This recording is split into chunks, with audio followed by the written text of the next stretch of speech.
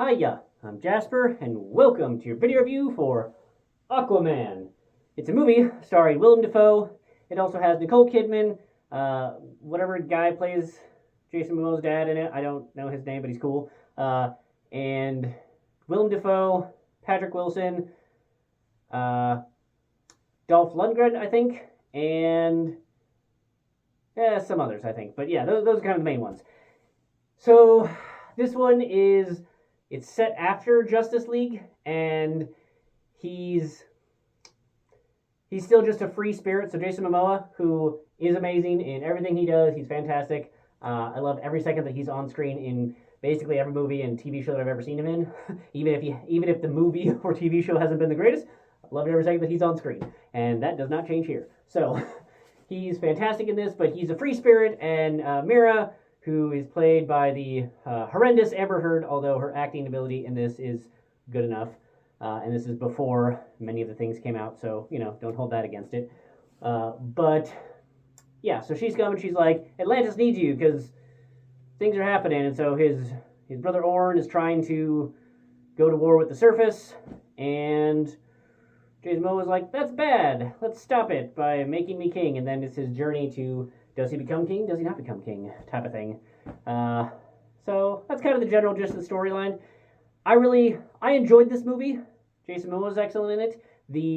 If you remember the first Avatar, 2009, when they go to Pandora at night and it's just really beautiful with all the light up things. If you enjoyed that scene, there is a really nice amount of that going on underwater in Atlantis. There's the colors are really pretty, and you don't get to see a whole lot of just kind of how, I don't know, the economy or the world works exactly in this movie, but the technology that you see, the lights, the various transportations, and the buildings and the weapons, it all, I think, meshes really well and looks very pretty. Everything lights up in some way, and I really like that, and they do a really good job of it.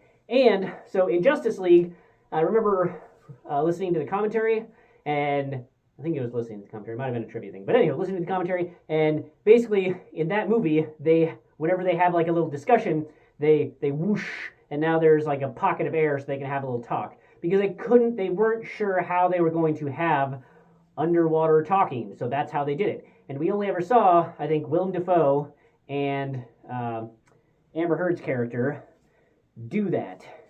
But she had some awesome water-bending abilities that she demonstrated in the Justice League. But other than Willem Dafoe doing that for the talkie bit in Justice League, we never really saw, that method of talking was gone away with. So basically they just add a little bit of warble to the, end of a sentence or end of talking. So it's not at all distracting, but it's just different enough that they're like, okay, this is underwater talking that they're doing.